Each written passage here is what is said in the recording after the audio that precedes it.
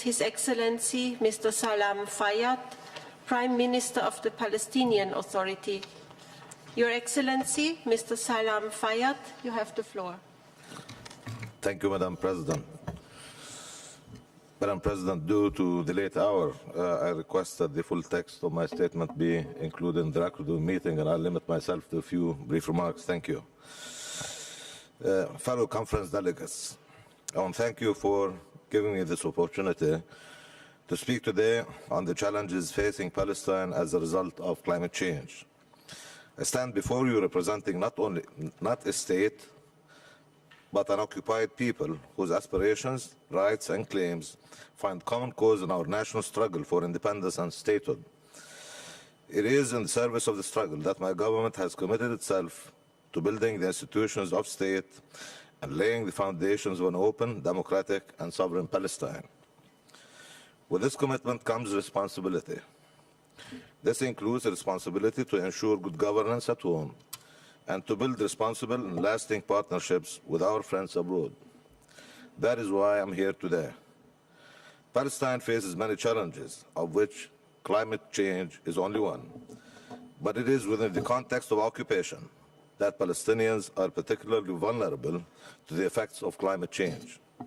Our vulnerability stems not just from the real impact of climate change on our environment, but from the constraints we face under occupation.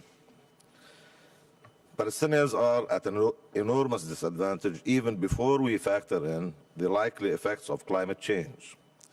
Denied our basic rights and separated from our land, we also face restrictions on access to our natural resources, including water.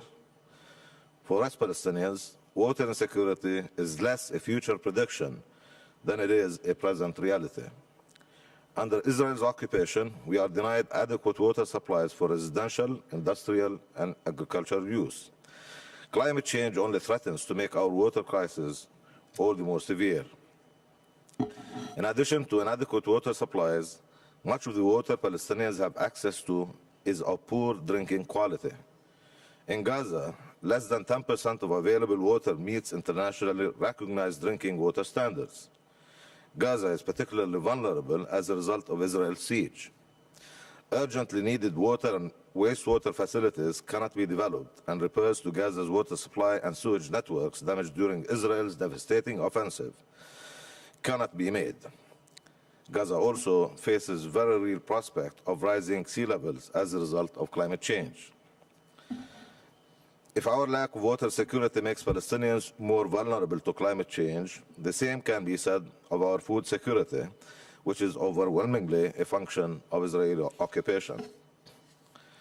Climate change will only exacerbate these and other hardships that Palestinians face as a result of Israel's occupation and related settlement enterprise. The very real dangers posed by climate change to regional stability in the Middle East make finding solutions all the more important. They also highlight why the need for a just and lasting peace, rather than just negotiations for their own sake, should be an international priority. Palestinians have much to share and much to contribute as a willing and responsible partner in the fight to combat climate change. What we ask for is the opportunity to contribute as an equal partner. In order to scale up our efforts on climate change, I invite UNFCCC parties to consider ways in which we can fund priority climate change mitigation and adaptation projects in Palestine. The fact that Palestine is outside the UN Climate Change Convention means that we are currently unable to participate in the Clean Development Mechanism or apply to the Adaptation Fund of the Kyoto Protocol. We already receive financial assistance from the international community, for which we are most grateful. However, Palestine's vulnerability to climate change is rarely considered in the development assistance we receive. The challenge of tackling climate change should not be divorced from the goal of promoting Palestine's development. Towards this end, I would make this appeal to the international community, namely, that consideration must be given to new ways of supporting Palestinian efforts to become more resilient to climate risks.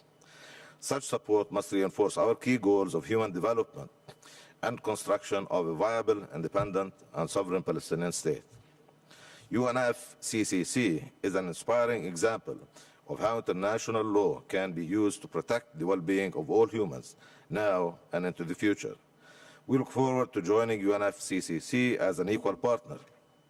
And until then, we will work together with you now to prevent dangerous climate change.